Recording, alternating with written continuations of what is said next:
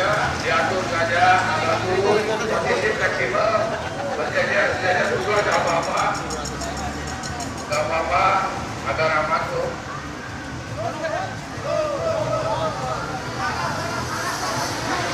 Banjir buruh rakyat Indonesia.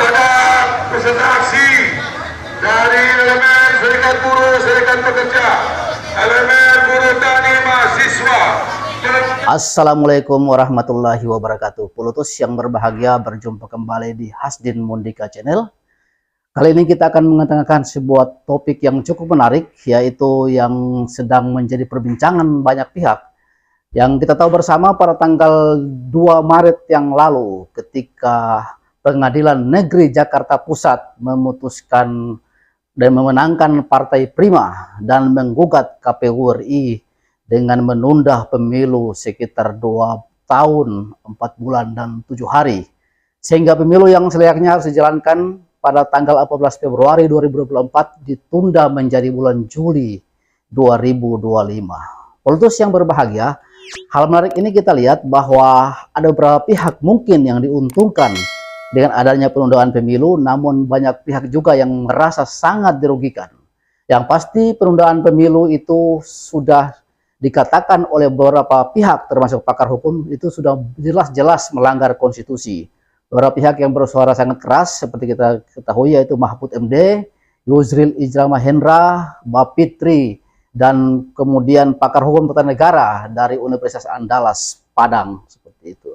Jadi yang kita lihat mungkin orang juga curiga misalnya kepada partai merah PDIP bahwa mungkin ada di balik tentang penundaan pemilu seperti ini. Namun setelah ditelusuri lebih jauh bahwa ternyata Partai Demokrasi Indonesia Perjuangan adalah partai yang paling dirugikan ketika pemilu ditunda, apakah pada bulan Juli 2025 atau sampai 2027. Karena apa? Karena Partai Demokrasi Indonesia Perjuangan sudah diketahui sebagai partai penguasa yang mengatur banyak hal di Republik ini, sehingga muncul seperti perkataan dari Ibu Megawati Soekarno Putri bahwa Presiden pun Pak Jokowi itu sebagai petugas partai. Artinya kuasa PDIP begitu besar untuk mengatur segala sesuatu di Republik ini, termasuk bagaimana pelaksanaan pemilu di 2024 nanti.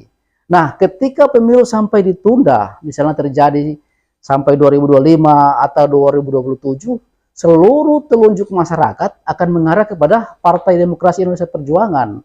PDIP dianggap tidak becus, PDIP dianggap bagian dari semua kesemrawutan ini. Nah, orang tahu bahwa pemilu itu harus berjalan setiap 5 tahun sekali agar terjadi sirkulasi kepemimpinan. Dan ini bukan cuma amanat undang-undang, tapi amanat Undang-Undang Dasar 1945. Jadi ketika hal itu dilanggar, maka sudah berjelas-jelas melanggar konstitusi, melanggar Undang-Undang Dasar 45. Jadi mudah-mudahan dari seluruh partai-partai yang ada, dan terutama Partai Demokrasi Indonesia Perjuangan, harus tampil di depan agar pemilu ini jangan sampai ditunda. Karena kalau pemilu sampai ditunda, yang paling dirugikan yaitu PDIP itu sendiri. Orang-orang akan menganggap PDIP karena mungkin belum siap lalu berusaha menunda pemilu. Tapi itu ya bisa sah saja, cuma suaranya makin tergerus dan makin hilang. Jadi hari ini dan hari belakang ini PDIP harus yakin bahwa tingkat kepercayaan ini makin menurun kepada Partai Merah ini. Jadi harus cepat pemilu dilaksanakan sesuai dengan yang telah dijadwalkan, yaitu pada bulan Februari 2024, agar misalnya PDIP bisa membenahi hal-hal yang dianggap kurang dan dianggap mulai melanggar dalam aturan konstitusi Republik ini. Tapi ketika terjadi penundaan pemilu, maka ya PDIP harus menanggung konsekuensi ini. Pertanyaan kemudian, mengapa diarahkan ke PDIP? Karena PDIP dengan begitu kuasa yang cukup besar hari ini, bahkan Pak Jokowi dianggap sebagai petugas partai, berarti segala suatu urusan itu dipegang kendali oleh PDIP, Ibu Megawati dan jajaran-jajaran elit di tingkat PDIP. Nah, sampai hari ini juga PDIP juga yang dicurigai kenapa belum mengumumkan capresnya, cawapresnya, itu dicurigai bagian dari skenario penundaan pemilu yang dikatakan Ibu Mega ya mungkin nanti tanggal 1 Juli, hari kesaktian Pancasila. Lalu tiba-tiba misalnya Bawaslu atau KPU tiba-tiba kalah dalam pengadilan tinggi. Nah, dan pemilu diundur, ini ya bisa terjadi ketika ada permainan yang kuat lalu KPU pura-pura mengalah atau bagian dari skenario penundaan pemilu. Namun PDIP harus berhitung, suaranya makin habis. Jadi sayang, tolong perhatikan kembali pengurus partai PDIP bahwa ini amanat konstitusi, ini untuk kemaslahatan bersama. Artinya jika ada pihak-pihak yang bermain untuk penundaan pemilu, ya harus ditinjau kembali, harus dipikirkan kembali. Memang semua orang tahu persoalan penundaan pemilu ini karena persoalan IKN, Ibu Kota Negara Nusantara di Kalimantan Timur yang belum siap. Yang artinya kalau pelantikan anggota Dewan DPR RI, kemudian pelantikan presiden terpilih misalnya bulan Oktober atau November 2024 itu harus di Ibu Kota Negara.